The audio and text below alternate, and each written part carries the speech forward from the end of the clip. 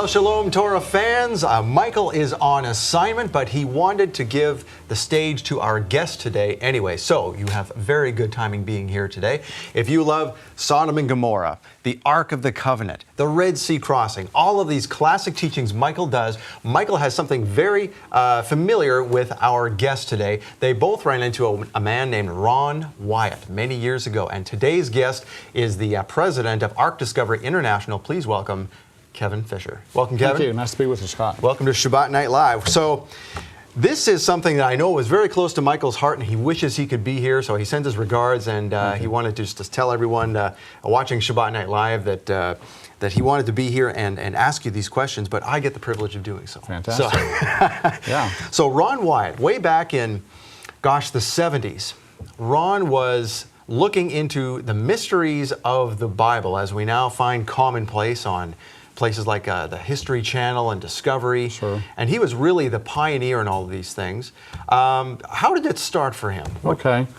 Well, he had seen a 1960 Life magazine article about this boat-shaped formation in the mountains of Ararat, there in eastern Turkey. It was spotted by a Turkish army captain, Mr Durpinar.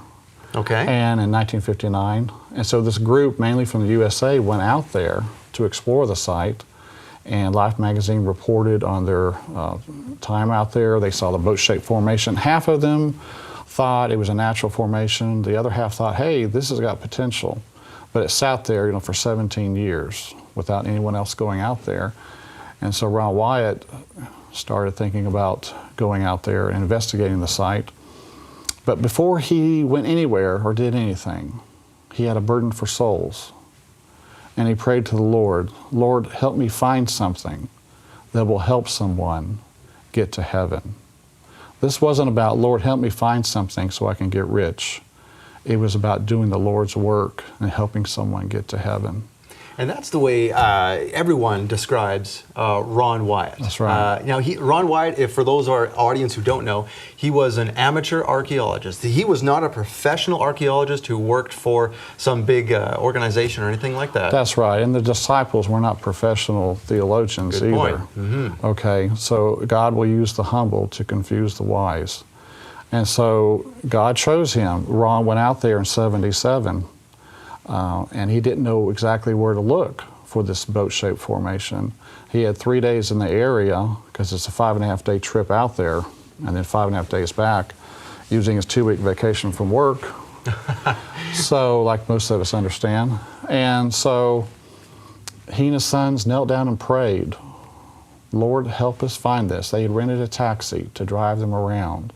Now, this was in 77. 77. So no one else from the Western world had been out to this area. This is, first of all, where are we talking about here? This is in eastern Turkey, next to the border with Iran. Okay, so I'm assuming that that the folks in that area, that it's a local legend, if nothing else. They knew about this thing. The villagers there's a village right near the site. They believed that was Noah's Ark, but of course the word hasn't gotten out, properly, or people don't believe. So they prayed that God would stall their taxi where they needed to look.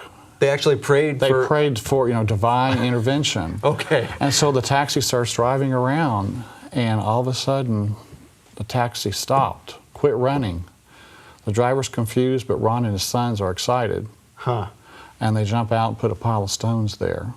Okay. And they get back in, the car starts up, and they start driving again. So this happened 2 more times that day. So this thing, now, did they pray for, maybe you don't even know this end of it, did they pray for that the taxi would stall, something specific, or something would happen? Well, they were in the taxi, and they prayed that God would intervene and help them find it. Okay. Okay, so anyway, the taxi stalled 3 times, and so the next day they went back to these piles of stones, and they walked directly out from them. And there is Noah's Ark. There are these sea anchors that hung from the ark to help keep the front pointed into the waves. And then the remains of what appears to be Noah's house or some building associated with Noah. So God directed them to these sites. And these were things that Ron later investigated. And of course the Noah's Ark site was deemed Noah's Ark National Park with a visitor center. And Well, we'll get into that. We want to save some of these details. We want to give away all the... So God was using him. Yeah. Okay, and God could tell, Ron could tell God was using him, and the next year, then, he decides to start looking for the Red Sea crossing site. Now, what possessed him to do this type of thing? Is it just a divine... I think God puts ideas in people's minds. Absolutely, if you're in connection with God, he puts thoughts in your mind. So he got the idea the next year, to look for the Red Sea crossing site. And so he went to the Gulf of Aqaba, to the northern end of Gulf of Aqaba is Eilat, and they rented an airplane to look along the eastern edge of the Sinai Peninsula for an opening through the mountains. So now this is, nowadays we have movies like Patterns of Evidence, a modern documentary that was just done, and all these other, like we said, the History Channel, Discovery Channel, but this is in what, 1980? Well, 78, yes. 78, so this is before any Westerner had dared stick their neck out and look for these things. Yeah, this is a totally new area. No one had looked over the Gulf of Aqaba for the Red Sea crossing, for instance. So he hired an airplane and asked the pilot, Moses. Yes, Moses. Now, I love it. He says, Moses, is there a way for the children of Israel to go to these mountains here along the eastern edge of the Sinai Peninsula? And Moses said, yes, I know the spot. I'll bet Moses knows the spot. Yeah, he sure does. And so they went down to the beach at Nuweiba, a large, 5-mile long beach that juts out 3 miles into the Gulf. And he said, there's Wadi Watur that goes through the mountains and empties onto this beach. It's about a 30-mile drive through the mountains. We've been through there. Now, the Wadi Watur, a wadi essentially is a dry, deep cavern. Like a canyon, And they snaked their way there to the Red Sea crossing site. So, and while he was there, he found this column marking the spot. A column? Like what kind of column? It was a pillar erected by Solomon, he found out later. Okay. Okay, and then the next time they went there, they found chariot wheels in the water. So on that second trip they made there, with the first dive, they found the chariot wheels. He had to leave. He was going back to Jerusalem to fly out. And it's at that point then that God performed a miracle. He raised Ron's arm in the Garden Tomb grounds, and Ron said, there's Jeremiah's grotto, and the Ark of the Covenant is in there. So wait a second. Yeah, he's being led from one adventure to another. This is like real-life Indiana Jones here. Right. And so he conducted the dig later and did find the Ark of the Covenant. But let's take a look at this. From 77 to 78, he found out the location of Noah's Ark. He found the Red Sea crossing spot. That then told him for sure Mount Sinai is over in Saudi Arabia, and God raised his arm and put the words out of his mouth. There's Jeremiah's grotto, and the Ark of the Covenant is in there. He said that in 78. Within 1 year, he had found, through the Lord's leading, these 4 incredible discoveries. God was truly using him. That is unreal. So obviously now, because people have been searching for these things from, for centuries, for thousands of years. There's always the legend of the chalice that Christ used at the Last Supper. All of these type of things. Where's a piece of the cross? Everybody's always looking for relics. Yes. But Ron was not looking for relics' sake, was he? No, he was wanting to do the Lord's work, and the Lord had a plan for these things to come out. These discoveries, they all deal with judgment in the past. Okay, at the flood, God judged man, had to destroy the wicked, but he saved his faithful. Sodom and Gomorrah, he judged the wicked, destroyed them. He saved his people. The Red Sea crossing, he saved his people, destroyed the wicked. Mount Sinai, he handed down the law, spoke it, and wrote it. And then, of course, the Ark of the Covenant contains that same law that we'll be judged by. So these are signs of past judgments. Why does he want them to come out? It's because the judgment of the living is coming soon, where we'll receive either the seal of God or the mark of the beast. So God has a plan. These are all going to be shown to mankind before God judges everyone. And on the opposite side of that judgment is obviously deliverance, which also happened in each one of those Bible stories. He saved his people through these judgments. It's no wonder that people look at Ron Wyatt's discoveries and say, well, how could one man find all of these in a span of a year or so? Right, and it's sad to even hear Christians saying that. You know, there's a lot of people out there that think God is no longer involved in miracles. That's a thing of the past. He's not doing major miracles anymore. But in this case, you see miracle after miracle where God used Ron and assisted him. And so it's very exciting. So now you had run into Ron. Now Ron did this in 1978, 79, and he also ventured into Arabia and was arrested. We'll get into all that later. Yeah. But you ran into him in about, what was it, 1984? 1984, Okay. he had been released from the Saudi Arabian prison where he and his sons had crossed over by foot to go to Mount Sinai. Right. Now they were looking for Mount Sinai in Arabia and basically got caught. What are you doing here? Mm-hmm. And they accused him of espionage, being right? an Israeli spy, yeah. which is totally false, you know. But so he had been released from prison. He's been in prison 76 days. And of course, he made the national news. And he had a presentation at a church in Nashville, Tennessee. And that's where I met him. I really felt impressed. These things were real.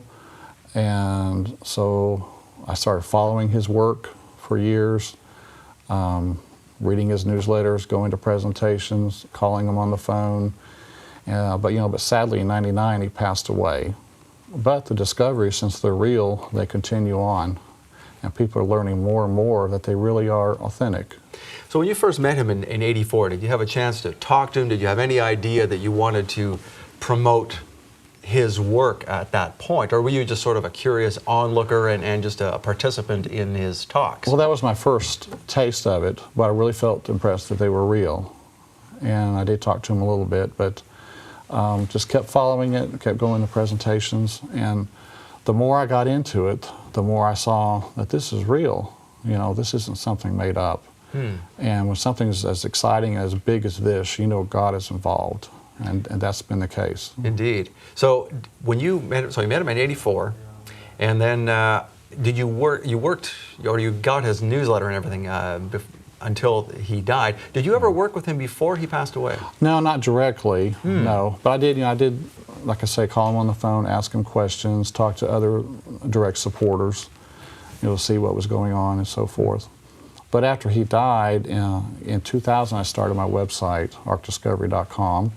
And so I started promoting the discoveries and then going over to the sites. And one thing after another, it was just as he said. I found man-made metal on Noah's Ark, finding the brimstone in Sodom and Gomorrah, and cremated bone. So these things are real.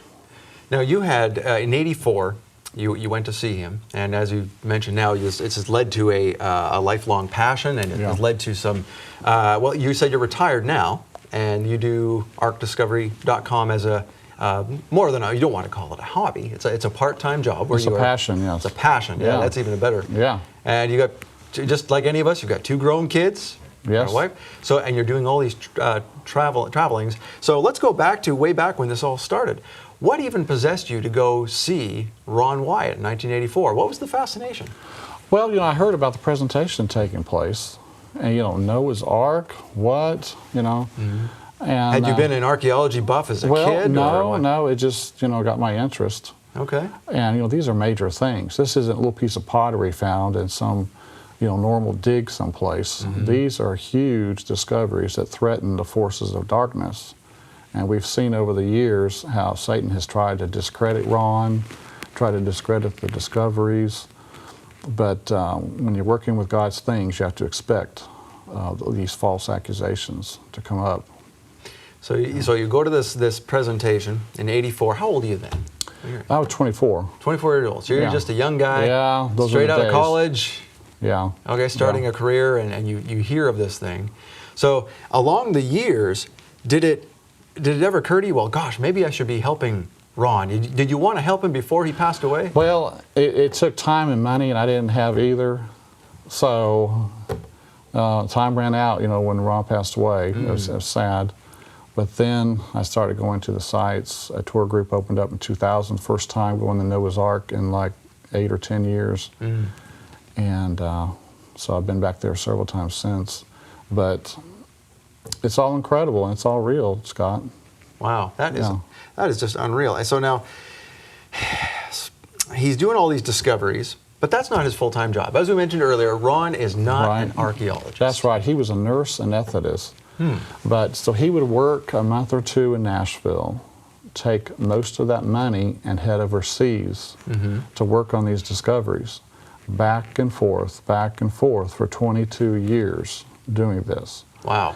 And he spent approximately $1 million working on the discoveries and 120 to 130 trips overseas. If you can imagine going overseas 120, 130 times, that right there wears you out. That is a worn-out passport, if nothing else. Yeah, living out of a suitcase, you know, for half of your life, half of the... Goodness, what did his wife think of all this? Did you ever talk about that? Well, she's been a big supporter and a big help to him. Okay. Yeah. Is she still with us? She is, yes. Mary Wyatt Lee. Okay. Yeah. So, but Ron totally devoted to this, you know, putting his time in it, putting his money in it. And you know when someone is doing that much and everything he's saying, one thing after another is found to be true. The man's humble, authentic, very genuine Christian. A lot of people can see that when he's doing a presentation, speaking at a church. They can see that, you know, he's a genuine, humble Christian man. So he's going now. He's a nurse anesthetist. So he's you know he's not living below the poverty line. He has some money to spend, and obviously he did that with his trips. I understand by looking at your website, arcdiscovery.com, that when Ron was with us, I mean, his home looked very humble. He lived in he showed us to live in a duplex. That's true. I mean, he lived in a duplex, if you can imagine, a humble little duplex with large bookcases with all these archaeology books, you know, historical books where he would do research and so forth. So he was putting his money where his mouth was and putting it into the work, devoting, you know, his life to this. So you knew that this man was, you know, telling the truth. You can see the four major discoveries: the Noah's Ark, Red Sea crossing, Mount Sinai, Sodom and Gomorrah. Those are visible things that you can see are real. Now, the Ark of the Covenant, some people have had a lot of doubt, but his credibility was established. God showed that he was working with Ron, and when Ron comes out with a report from the Ark of the Covenant cave, we need to respect that. On the Day of Atonement, when a priest went into the most holy place, he didn't take a committee in there with him to anoint the most holy.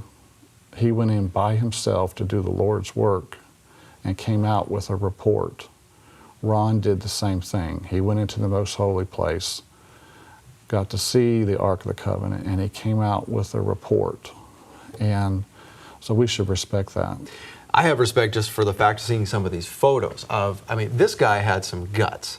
When you look at the first photo, I think it was from the photo said around 1981, the first time he went down into the cave where the Ark of the Covenant is, where he found it.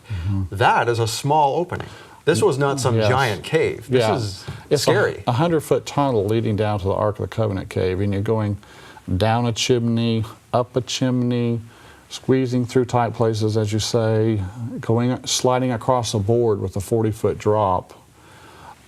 Very precarious, very hard work. He worked from 79 to 82 on this first tunnel that he dug.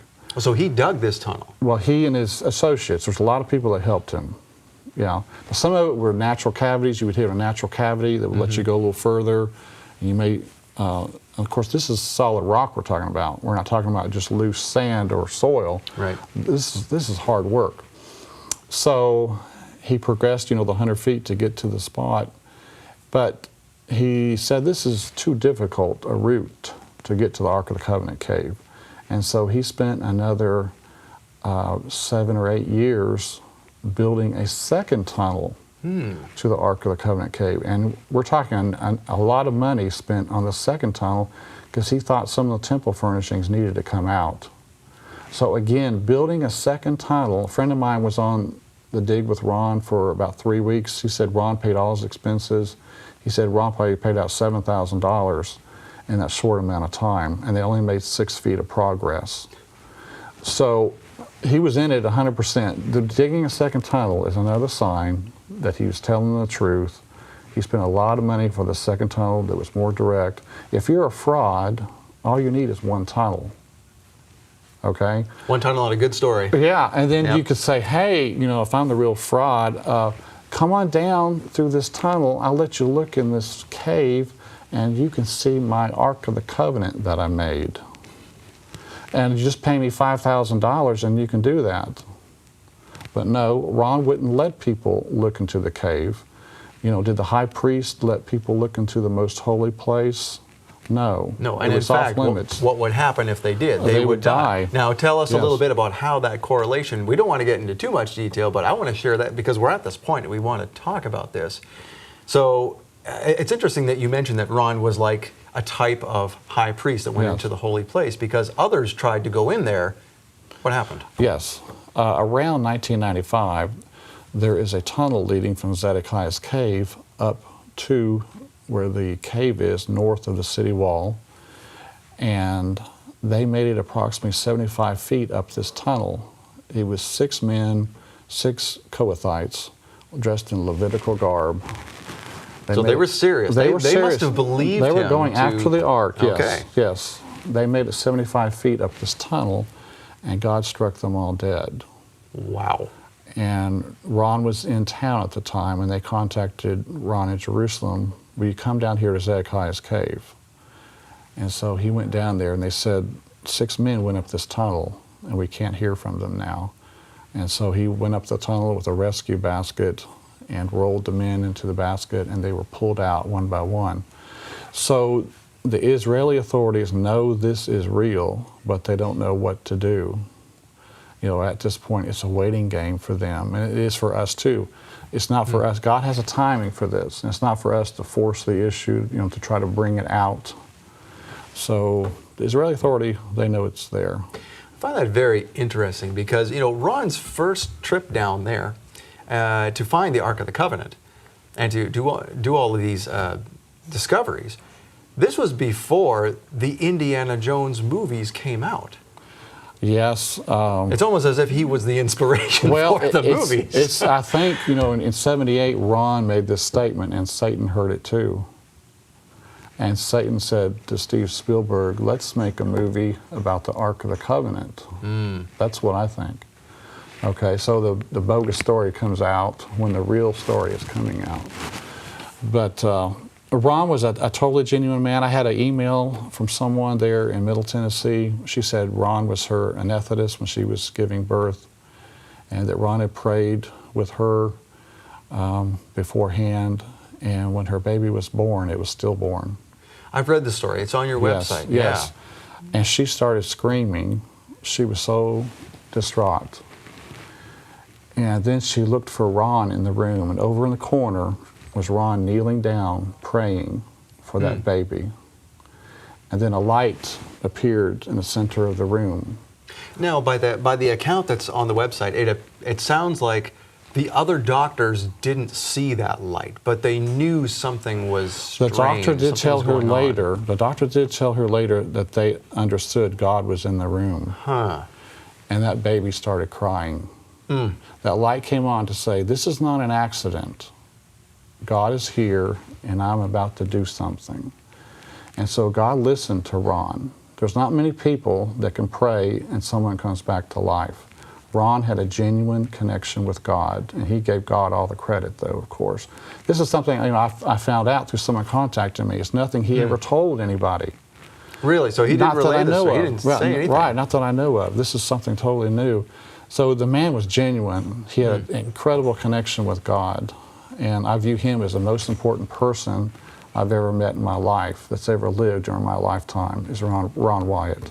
So now we're going to get into a little bit later in the second half of the program tonight, Michael's encounter with Ron, and just how he found the discoveries and what got him interested as well. Sure. But yeah, I just find that this everywhere you turn about Ron Wyatt, other than what is seen in the media, and the media, strangely enough, has just sort of written him off and they don't talk about him. They scoff. Yeah. But he's a genuine guy. Right. You know, Satan controls the media. You can't expect the evening news to announce Ron Wyatt has found all these wonderful things. Isn't this exciting? They're never going to say that. No, there's two obscure stories from CNN and CBS Morning News or something like that from back in the 80s and early 90s, and I can just imagine the guests on the show smirking as they're listening to this going, yeah, okay, well, coming up next, you know. Yeah, and even the majority of archaeologists, you know, a majority of them don't even believe the Exodus from Egypt ever happened, and yet we're to look to them as being the authority on whether these things are real or not. Thankfully, you know, the new documentary that has come out, the Patterns of Evidence, has all but quashed those reservations because it's real. I mean, you look at that and it's pretty undeniable. Yes, and they're working on their second film, which will cover the Red Sea crossing site that Ron found and the Mount Sanai in Saudi Arabia that he found. All of these exciting things that we're going to be talking about in this series. For more than 20 years, Ron Wyatt spent his life and his life savings on researching and finding the real Mount Sinai, Sodom and Gomorrah, Noah's Ark, and the Ark of the Covenant. Discover the amazing truth of Ron Wyatt's discoveries in a special series from Rood Awakening International, AD, Archaeology Discovered. Special guest Kevin Fisher walks you through every discovery in detail, including his personal verification that the sites Ron Wyatt found are real. You can see the four major discoveries: the Noah's Ark, Red Sea crossing, Mount Sinai, Sodom and Gomorrah. Those are visible things. Right now, you can order this fascinating series on DVD and Blu-ray. You'll get all 4 episodes as seen on Shabbat Night Live. It's not for us. God has a timing for this. It's not for us to force the issue, you know, to try to bring it out. So the Israeli Authority, they know it's there. Order AD, Archaeology Discovered. Order online or by phone. And welcome back to the program. Thank you for supporting what we do here on Shabbat Night Live. Now, we're back with our guest, Kevin Fisher, and we're going to talk about some very exciting things. Before, we were talking about Ron Wyatt and what you are doing for Ron now through ArkDiscovery.com. You are the president of Ark Discovery International, and this was a work that started a year after that Ron had died. And so this was a passion of yours that you never got to work with him while he was living, but you have decided to carry his torch. Sure. I'm just trying to promote, you know, what God has brought out, and we've seen that they're authentic. And so it's very exciting information. Indeed. And Michael had met Ron Wyatt. This is how Michael got interested in the Red Sea crossing, Sodom and Gomorrah. All the classic teachings that Michael Rood has done came from visiting with Ron Wyatt. And he, like you, had visited with Ron Wyatt in person, found him to be a very humble, genuine individual that it was impossible to doubt that the things that he discovered were real. And that's why Michael is so passionate about it as well. And he met Ron through going to a talk by Henry Groover. And Henry Groover encouraged Michael to go and visit Ron and see that he was real. And so I'm glad that you're here because Michael would be just tickled that you're showing all these things here. Michael has his own collection of brimstone. Yeah, I know he's been there a lot. Yeah, and that's what we're going to get into now. We're going to get into the nitty-gritty here. We're going to talk about Sodom and Gomorrah, and we're going to talk about something else yet in this next segment of the program. So take it away, Kevin. What can you tell us about Sodom and Gomorrah? Well, first of all, a lot of people think all the cities are under the south end of the Dead Sea, that you cannot see them. Okay. But we're told by Josephus the traces or shadows of the 5 cities are still to be seen. This was in the 1st century, and the water level has not risen since that time. We should be able to see them also.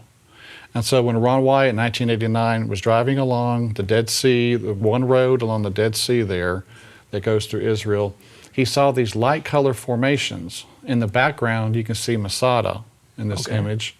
See Masada is much darker. In the foreground, you see the soil is much darker. But in the middle bottom there, going horizontally, you see the ashen remains of Gomorrah.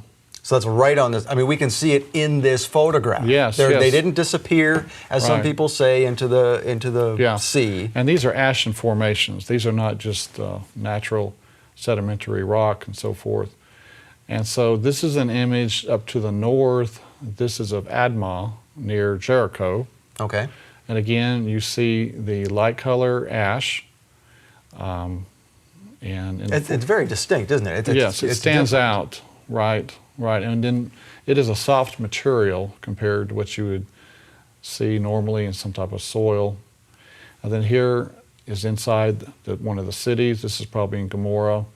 In the distance, you can see some right angles, a sign of, again, man-made construction. Now, I lived in a province in Canada called Alberta for some time when I was younger, and there was an area there called Drumheller, and it had rock formations called hoodoos, is what they called them there. Okay. And it was where they found a lot of dinosaur bones from erosion and things like that. And people might argue that, well, those are just hoodoos, or those are like what we see in Arizona, but at closer inspection, that is not what we're seeing here. Even I can see that. Yeah, it's a combination of burned limestone and brimstone or sulfur is what it is. The ash has been analyzed and so forth. And here's a nice image here of a nice 90-degree angle with a straight edge. Again, sign of some type of man-made construction in the ashes there. Right, because even though we see, like we talked about Arizona, where you have these rock formations that have been dug out by wind erosion years and years, they're usually rounded things. They're not going to be square. Like you have arcs and things of that nature, but nothing like this. Yes, these stand out. And then here's an image I shot of, it looks like an arched entrance into the remains there. You have to be very careful when inspecting these sites. I've seen a lot of people. Last time I was there, I saw more and more evidence. I was back there in November. More and more evidence that people are inspecting these sites. People were stopping and getting out when we were there to inspect them. But there was a tour group that went out there and they found a hole on top of the remains here, and the people started gathering around it, and it fell through. Ooh. And 5 people died. Really? It's hard to breathe in ash. And so you have to be very careful trying to go into the remains. So now there's another risk of this whole discovery here, that although we are finding more information about this area, I mean, if there are deaths happening there, it could be quite plausible that the Israeli government could say, that's enough, we're closing this off. Yes, they could at some point, but the tour groups are not going out there anymore. Of course, the tour leaders don't want to be held accountable for something happening. Oh, so this like did that. not happen most recently in November? Not recently, no. Okay. But sometime in the past. So you have to be careful when going out there. So here's another image we could see along one of the streets. In the distance, you can see some beautiful 90-degree angles jutting out from the formations. That definitely looks like a building of some type. Yes, right. More evidence of man-made construction. And then here's a little closer shot of it. Really impressive, jutting out. So now the walls are there, but now we see a lot of sediment around the walls and water erosion over the years. What is all that sediment there? That's more of the ash that's just run down, the loose part of it that has worked its way down. There is some rain out here, not a whole lot. It does get a lot of wind erosion, as you spoke of, in this area. So most of the cities, they're in poor condition, but they're 3,500 years old. Very old remains, and it's rather soft material, so you can't expect them, to look perfect at this point. Now, Paul knew about these. He knew about these cities. He spoke of them. Now, is there any evidence to suggest, or do you know that people have always known that these cities are there, and it's just in recent times that we've dismissed it?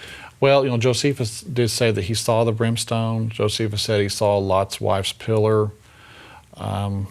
And then he said traces or shadows of the cities are still to be seen. So it was documented in the first century, that they were there. And Paul does say that they're a sign or example unto us, unto the ends of the world. And that example there is a visible example. And that's what we're seeing here, are signs of God's past judgment that we need to heed. Because this is going to happen again in the future when the lake of fire and brimstone, it falls down. So. And then here's another shot of some of the remains. Again, 90-degree angles coming out from the formations. And then here's a shot. This is like a 90-degree turn here. It's basically a square structure sticking out from the ash. It continues around the other side. So you have multiple 90-degree angles on this building. Are there any assumptions as to what some of these things may have been? I know that Michael in his series on Sodom and Gomorrah mentions one area that looks like it would have been a temple. Yes, there are some that are singular structures that do appear to be a large square-looking building. So yeah, I think we may have an image of one here in the slides. Now here is a swirling effect of thermal ionization, they call it, where there's a swirling effect where the electrons repel and attract, and these remains were swirling in the extreme heat, 6,000 degrees Fahrenheit. And so you see the swirling effect in a lot of the remains there. And this is documented by those who know about these scientific phenomena here that happen. Sure. Yeah. Yeah. Now here it says, the ash there today is composed of calcium sulfate and calcium carbonate, which are byproducts of the limestone and sulfur burning. So the ash there is made of the correct composition of the buildings, the limestone, burning up, and the brimstone being there, the sulfur. At the days of Elijah, when his altar was consumed, God sent down fire and it consumed the stone altar.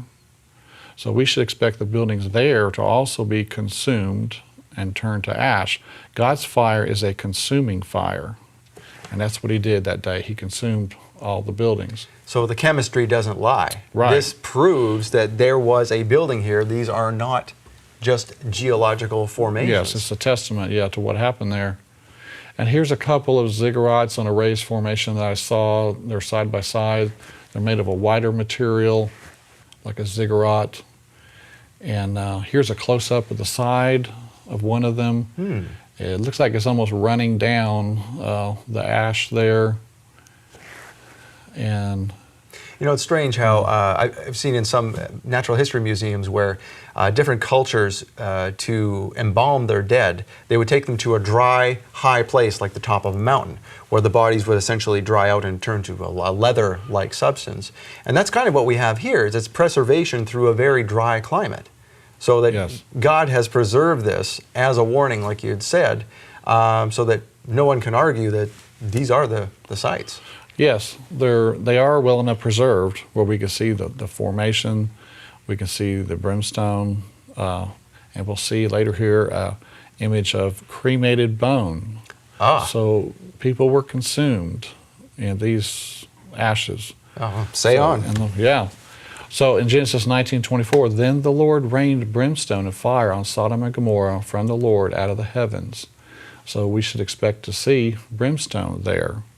And on the side of that former formation that we saw just a minute ago, I saw some brimstone embedded in the side of it there. It was in a hardened shell. This brimstone, when it burns, the outer part of it turns to a liquid, and when it cools down, it has a hardened shell. And so in this graphic here, I'm using a knife to open it up, and inside you can see the unconsumed sulfur inside of it. Okay. Yeah. And then here is an image of something that appears to have melted.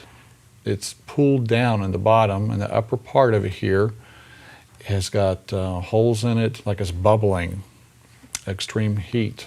I thought this was very interesting here. Yeah, it looks like almost like a lava rock. Yes, right. And then here is an image of, this could have been a temple. On the left, it's in the graphic behind us here, but on the left we see some type of singular ziggurat, and on the right we see a tower. This is a popular location. There's actually dinner parties that happen right out here. It's like the locals recognize, this formation is unique. And yeah, I've been there twice, and they were holding nighttime parties there with elaborate lights set up and a sound stage. And so come have a party in hell. A party, right, with all these people, poor people died. So now obviously this struck you as something significant because you went to the expense of putting it on canvas. So what else holds special significance for this site, or is it just an interesting? Well, it's very unique. Looks like a man-made structure here. You have the ziggurat and you have the tower. So this is a very impressive picture right here. A lot of people get this photo. But here is a picture again of the ziggurat standing all alone there. And then next, this is very impressive. These are windows. You see a square windows going horizontally across here. Very striking to see this in the sides of the formations. Even if someone could argue that these are not walls, what in the world are square holes doing in the side of them? Right, these are all squares, every one of them there going across horizontally And here's a little closer shot. Wow. Yeah, it's stunning to see this. You don't see that, in nature, something like this. Very impressive. And this, again, this is in ash.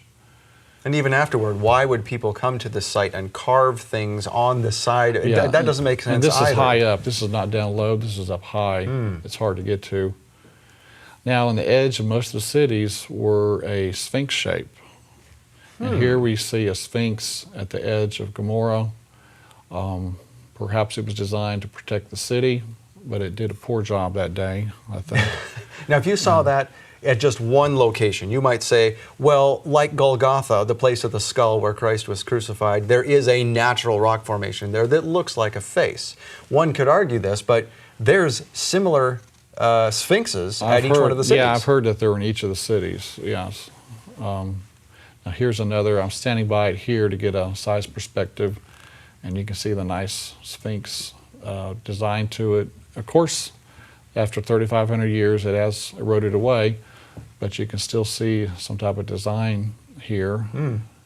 So, and next, our friend Jason was climbing up the remains, trying to get to a large chunk of brimstone in the side of the remains. When you see a large chunk, it's nice to try to go after it. And he was able to climb up there and retrieve this large piece of brimstone. And what he's walking in there, you could see it was not sand, it was ash. Yes. Something had burned there. Loose material, right.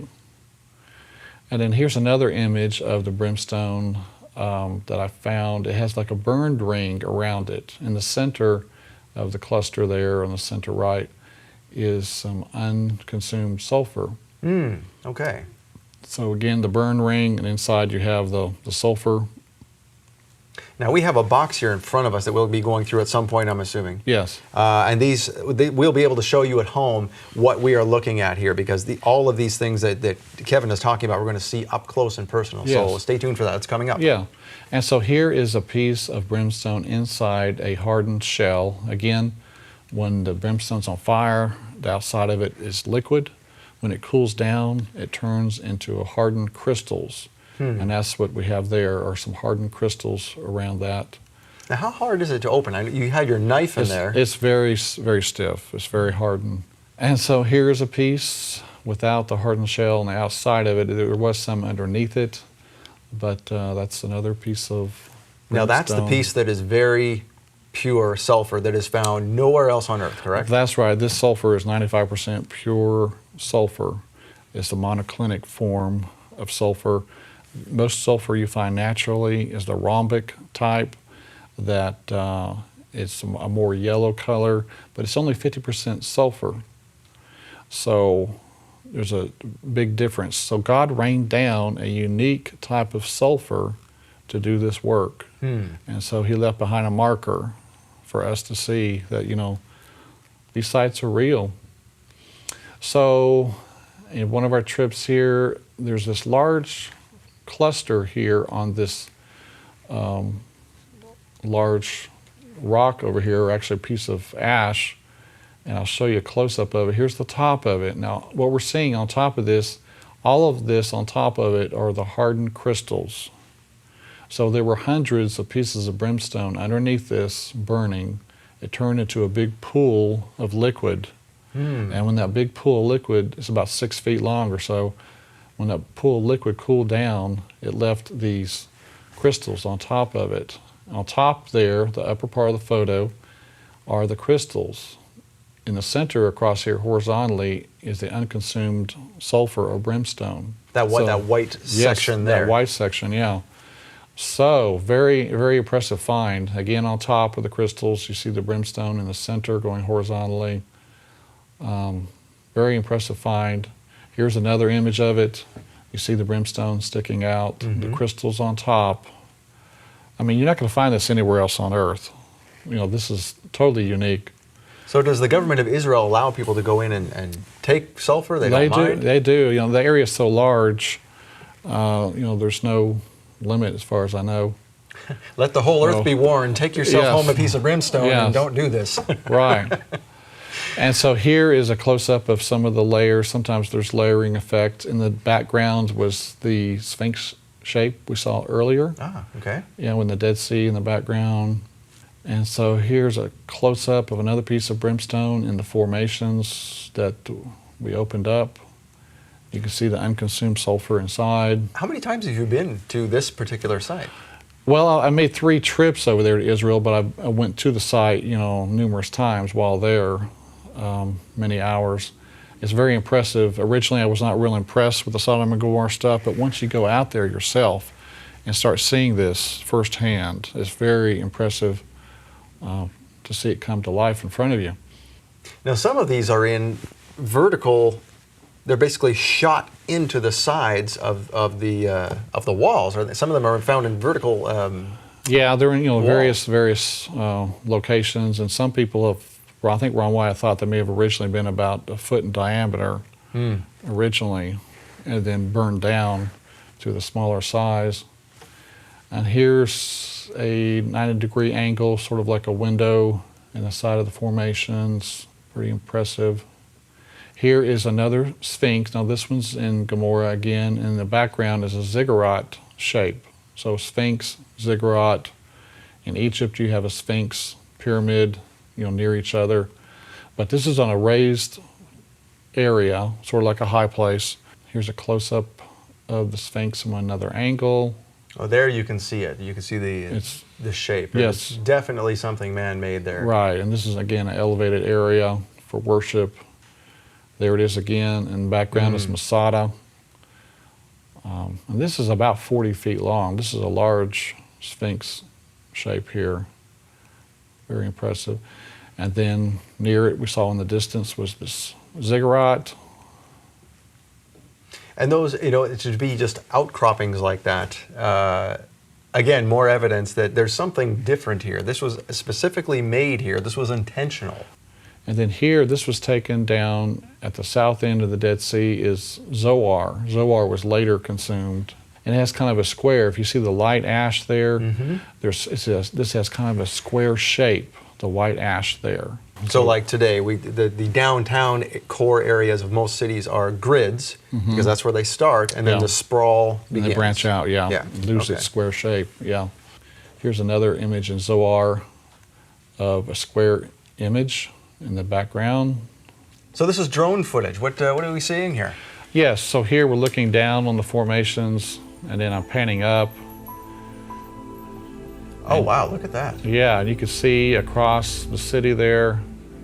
Now this city, which city is this one? This would be considered Gomorrah. Okay. The Bible gives the cities in order, creating the Canaanite border, and this would be the 3rd city that's mentioned, starting from the south and going up. So this is much larger than Zoar. This is huge. Yes, right, this is huge. Sodom and Gomorrah were the 2 largest. That's why a lot of times you hear them say Sodom and Gomorrah, and they don't mention the other cities because they were smaller. But in the distance is the Dead Sea. And this is all city, or some of this the hillside surrounding? This would be all city here that we're looking at. Previously we did see Masada in the background, but at this point this would be all city. How tall are the walls here? I mean, at estimation, what were the heights of these buildings? About 30 feet, a lot of them. It's quite large. And what are we seeing there? Is that a street or where the river runs? A lot of these would be streets. And of course, there has been some erosion since the time. And there's the base of Masada in the background. Now, some of these, like on the right-hand side there, you can see that one little area on the 2nd level, as it were. Yes. That is very right angled. Right, that right. looks And far definitely- right here, yes, Yeah, you can't deny that was something man-made. Yes. And what are we seeing here as we zoom in over this area? These are more of the remains here. You can see, again, the flat wall on the right here, right center. It's almost buried. And that's all that's all the crystallization on top and brimstone underneath, I would assume. Some of it would be. Most of this is just loose ash. Okay. Yeah. But again, ash, not dirt. Right, right. This did happen here. Yes.